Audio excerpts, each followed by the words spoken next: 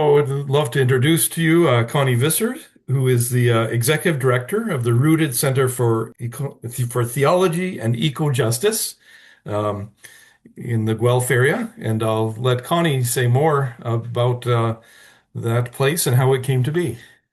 Thank you, Jonathan. It is a bit of a mouthful. It took some time to settle on a name, but back in 2022, I was living in Hamilton at the time in a, a very mixed neighborhood economically. And during the pandemic, I had noticed that a lot more neighbors were carrying in food bank boxes into their homes. There was a group of people who were houseless who moved into tents across the street in the park. And I started to feel this real urge to do something more than I was doing. I was largely sitting inside with my children at the time. And I've always been interested in gardening and felt a burden for food security. And Mm. so in 2022, I petitioned the city of Hamilton to use a half acre of parkland to create a community garden and to start teaching kids how to garden and to grow their own food in sustainable, eco-friendly ways. So that's the birth of the Children's Garden Collective. And from there, we planted two other gardens in the Hamilton area, the second at Knox Waterdown, and then we ended up moving the original garden to Kortright Presbyterian Church so that it could be taken care of long term in a more sustainable fashion. And through the Children's Garden Collective, I taught classes, I led a camp around eco-theology, eco-justice. The initial plan was never to make it spiritually focused.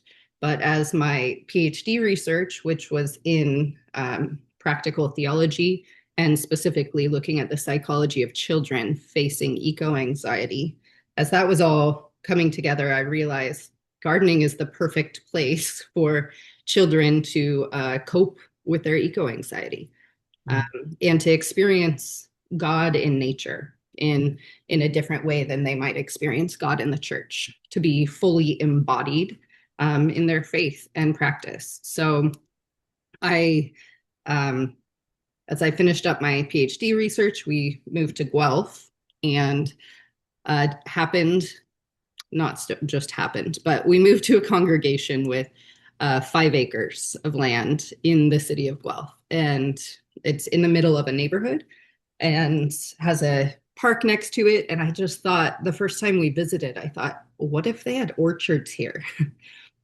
That would just be incredible, a way to connect with the community. They do have a half acre food security garden and have had that since 2018. And so I connected with the session basically as soon as my husband started his work at the church. He's the lead pastor there. Um, and and I'm a minister as well, but I've been in academics for the last 7 years. And so I started having conversations with the session around starting a children's garden and a more robust ministry.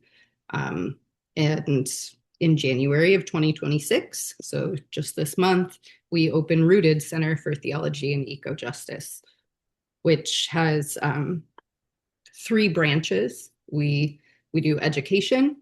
We are building an agrihood, which I'll explain in a minute. And we produce theological resources for other churches to use. So, what is an agrihood? Is probably the next question on your mind. It combines the words agriculture and neighborhood.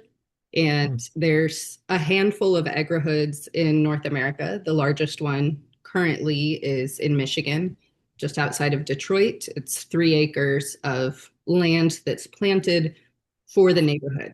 And they all have different rules and regulations, but it's different than just a community garden, more robust framework, more like a micro farm in the middle of a city. So our agrihood, we're planting 100 fruit trees and nut trees this year. And we're using kind of a micro food forest model for integrating native plants, perennials, and annuals into our agrihood, which we will build up over several years to complete 3 acres of land in the middle of the neighborhood that will be farmed by myself, other staff, and volunteers, and the food shared with the community. Mm-hmm. So I'm curious, who all is involved? Like who does this connect with? It's not just you doing the work. No, and largely I don't do hardly any of the physical labor anymore. But when we moved to Guelph, there, as I said, was an existing food security garden with about 50 volunteers who run this garden. There is on the volunteer board there's a farmer with a ton of experience, a lifetime of experience farming agricultural produce, and so we have quite a good volunteer infrastructure already. But in addition to that, I have one other staff person working for Rooted, and this summer we're hiring 12 individuals, 6 who will be on a summer team running our camps, and then 6 others who will work for the church and the garden and basically be farming the land using sustainable methods. So that's kind of our so we have myself kind of organizing things, and then staff who are actually doing a lot of the physical work. And then I'd say probably 75 volunteers, from somebody who comes once to help with an event to people who are dedicated to weekly gardening. So quite a robust volunteer infrastructure. Yeah, so people are aware of community gardens. They're aware of growing food for food banks. How does this look different than what a lot of churches have tried to do on property? Yeah. Yeah, that's a great question. One of the values I've always held in all of the gardens that I've started has been the value of open-handedness and equitability. So nobody pays for food, and anybody can take food at any time for any reason. And I have had so much pushback from elder boards saying, well, this is going to get out of hand. And the funny and amazing thing has been when you share generously in an open-handed manner, people respect that. And you build this connection with the community that is one of mutual respect and care. And oftentimes, then community members want to be involved in the activity. So occasionally we have families take food, like a lot of food, and we're okay with that. They probably need it. Other times, people don't want to take food because it's free food. And I want to destigmatize sharing food with neighbors and friends. So it looks quite different than community gardens. Many community gardens, you buy a plot, you have your own section. I've been part of community gardens that are collective, and hence the Children's Garden Collective, where you farm the land together and then you share the food together.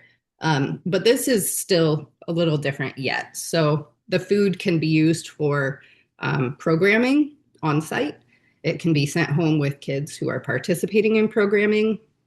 It could be a kid grabbing an apple on the way home from school, or a neighbor woman looking at her salad and realizing she needs a few tomatoes and running to the church garden and taking some tomatoes.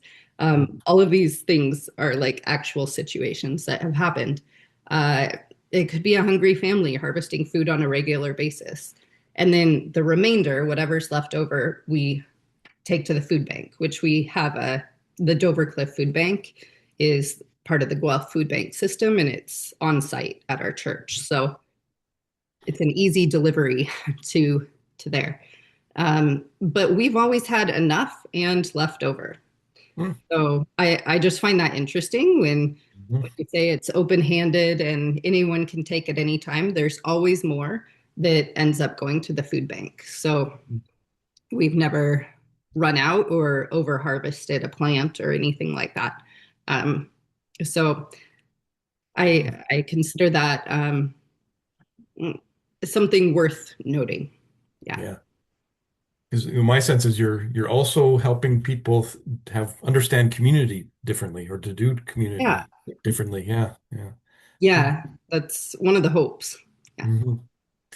So if someone would go and visit there, maybe in the sort of height of when it's being the people are around, what maybe it would be helpful to just describe what we would see and who would be there. Yeah. So it depends. This summer, we're having 6 weeks of summer camp. So Hmm. it's a full day camp experience for kids in SK up to grade 6, and we'll have an LIT program as well. So you'll see probably 50 kids running around the garden. We'll do some of our programming in the garden and some of it down in the woods. There's a park walking distance from the church that leads down to the river, um, and just beautiful hiking trails. And that's where we use that space as well for classes, where we teach kids how plants grow in nature versus how we typically see them in a Martha Stewart garden, Hmm. in tidy little rows. And we're trying to encourage people to move more toward the natural way that plants ought to grow. So, what you would see on our site, the half acre food security garden is planted in rows. It is interplanted. So, there are, for example, marigolds planted in with tomatoes. It keeps some of the bugs away. All of our, um, the existing garden and all of our programming is entirely organic. We don't use any sort of pesticides or anything. You would see a more traditional garden in the food security plot. In the children's plots that we put in last year, there are 3 raised beds, 4 feet by 16 feet. So they're quite long and large. And the 3 plots we initially planted, which are the 3 I normally plant with kids, are a Peter Rabbit plot, a spaghetti plot, and the Three Sisters plot. So Three Sisters is an indigenous story about 3 sisters, corn, beans, and squash, and how they gave up their lives for the sake of their community. And it's also a planting method um, of caring for plants in a way that's beneficial to all the plants as well as the soil, the earth itself, etc. So Hmm. we plant 3 sisters there. In the spaghetti plot, we plant everything that would go into making spaghetti. So Hmm. we have basil, onions, peppers. Um, I think we had 20 types of heirloom tomatoes last year in this plot, oregano, chives, some other herbs tossed in there. And it looks like utter chaos. When you see, and I can actually send you some pictures of it, it's just this like it's stuffed full of tomatoes in this garden bed. But we didn't actually have hardly any issues with pests, because we are interplanting with all these herbs that keep the pests at bay and planting away from plants that can attract pests. So in the Peter Rabbit plot, we have um, plants that rabbits would like typically. So carrots, cruciferous vegetables. So that's like broccoli, broccolini, cauliflower, Brussels sprouts, cabbage, that end of things. More herbs that are beneficial for those types of plants, and flowers as well, interplanted. And we do education with the kids as we're growing and teaching them how to grow on what are sustainable practices, what plants are beneficial to each other. Um, yes, you can eat flowers, most of them, um, and some recipes that you can make with them. So those are the children's garden plots. And then beyond that, we have our first micro food forest plot, Mhm. and that has it's using the food forest model. You have trees, bushes, vines, ground cover, and shrubs. So we have several native species, Saskatoon berries. Um, we have a couple of fruit trees that grow native in Ontario. We have herbs. We have some grapes, our vining plants, and then and some bushes in there. And it's very bare looking right now. In 3 years, it will be very full looking. And Mhm. a lot of people tend to overplant perennials, thinking what looks nice Mhm. today, um, rather than what's going to look nice when they're all full and fruited. Uh, so we have that plot next to our greenhouse, which we just finished building. So yeah, the greenhouse is going to house. It's a very small greenhouse. It's going to house all of our starts for the spring. And maybe do some classes inside it during the winter, but not this winter. So, Good. So you say classes, so you do some formal, is there formal and informal teaching that happens with adults as well then? at this point, we haven't hosted an adult class Mhm. on in the garden yet, but we will be doing that. Thus far, we've primarily been focused on kids and youth. And youth, I would say 16 to 25. So young adults would be included in there as well. We hosted a class on eco anxiety and coping practices in the garden last year. And we had youth as far as University of Waterloo come out for that. So um, yeah, we're hoping to do more classes like that. I've done a seminar with seniors as well. Um, and that was during the winter. So it was indoors, not in the garden, but we'll be doing more educational things of that nature as well as Mhm. we move forward. So, but this year, the big push under education is getting camp going and off the ground. So, Great. So this is a question we didn't talk about before, but what are the sort of barriers to doing this, Ben? Has there been struggles or sort of bumps in the road that you didn't expect or oh, yeah. um, I think uh, the biggest honest barrier was getting this off the ground initially when it was the Children's Garden Collective. Having it on a plot of city land was very, very difficult. Mhm. We had, and I didn't share this initially, but we had a rather aggressive neighbor, um, probably had dementia or something of that Mhm. nature. I'm not entirely sure, but violent, Mhm. who did not want the garden to go in across the street from him. And he actually, I'm from Portland, Oregon, so I'm used to protests, and I'm very used to like tree protests where people chain themselves to trees, things like that. This man actually laid down in front of the grass cutter that was Mhm. removing the sod to prevent the city from putting the garden in the first place. Mhm. We had some mediation, finally got it in, and it was just a constant issue where to the point we didn't feel safe on site, Mhm. um, which is why one of the reasons why we moved that garden to a church. Um, Mhm. but I think as far as barriers go, I recognized around year 2 or 3, what is the most sustainable model for this? I can't keep going from garden to garden, tending them, caring for them.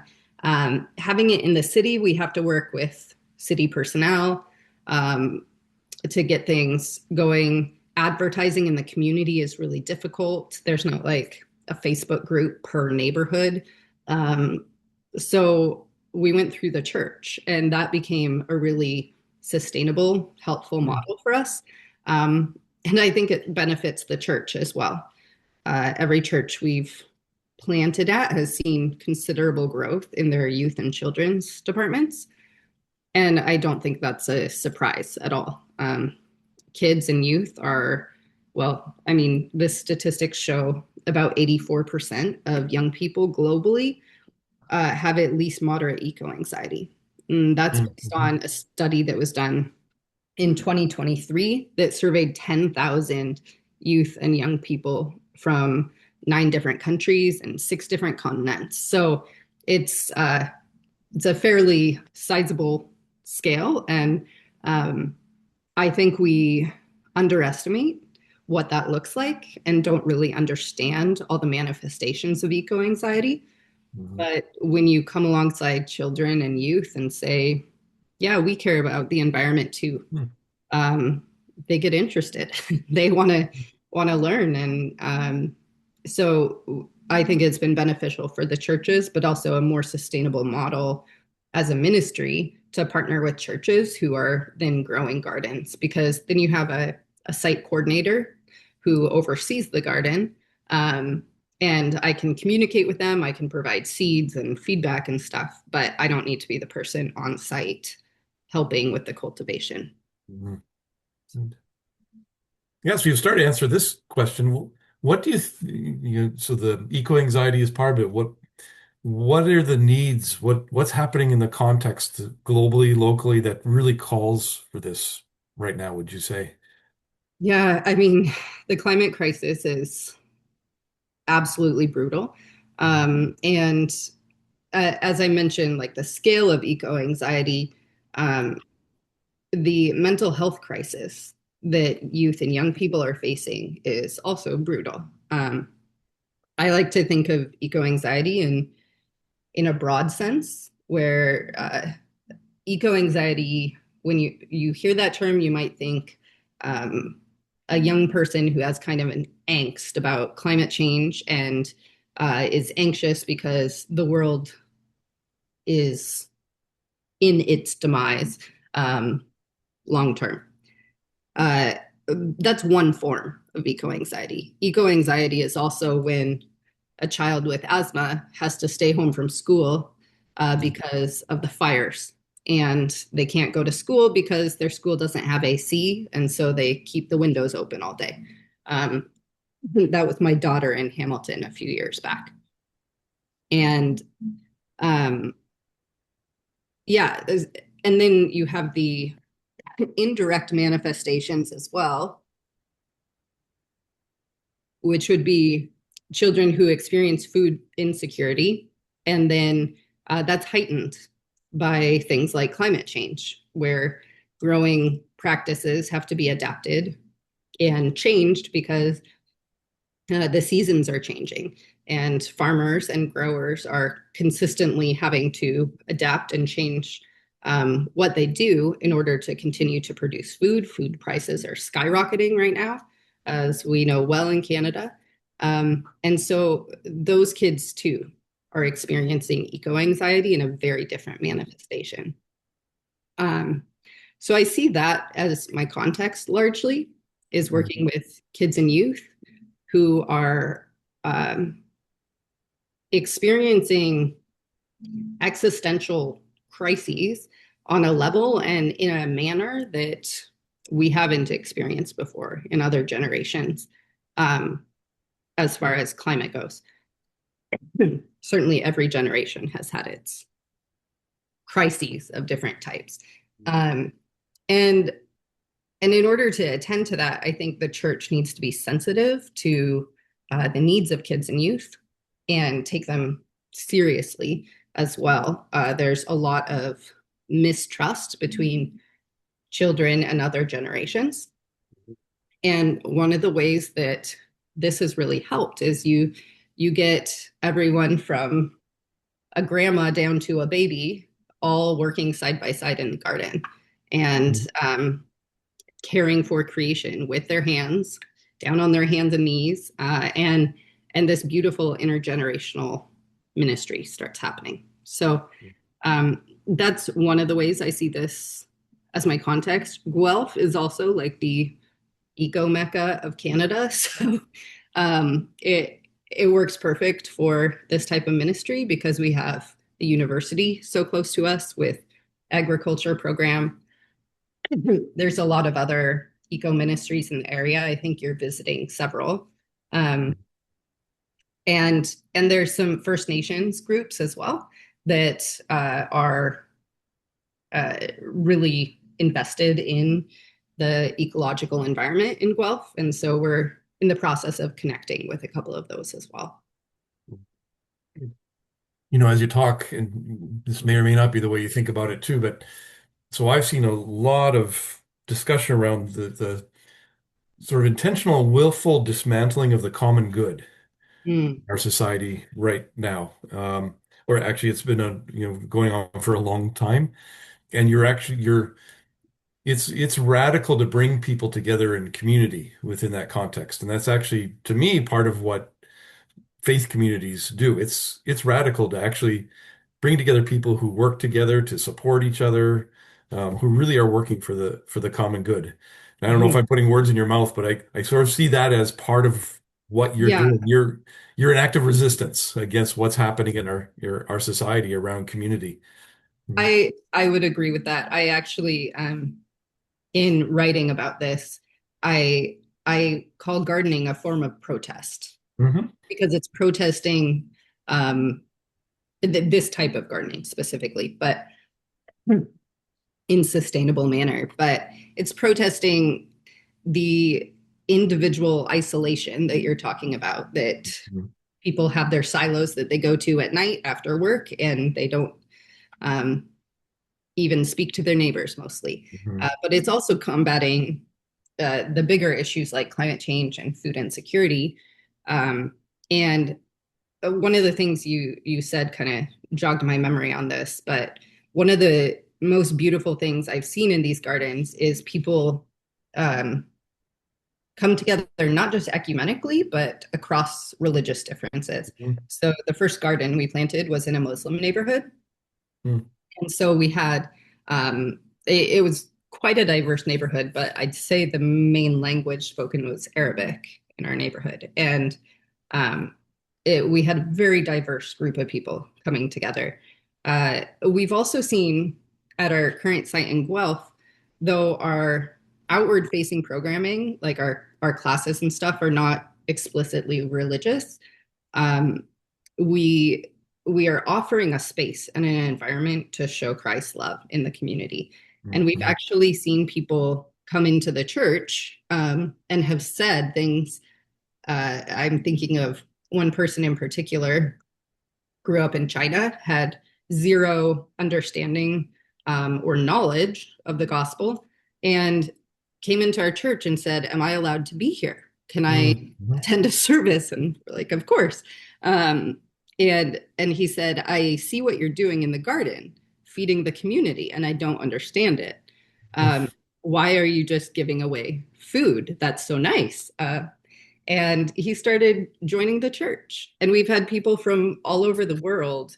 Um, we have a very large immigrant population in our neighborhood who start helping in the garden or just harvesting from the garden, and then and join in community as believers, which is really I think an amazing witness in a really safe way.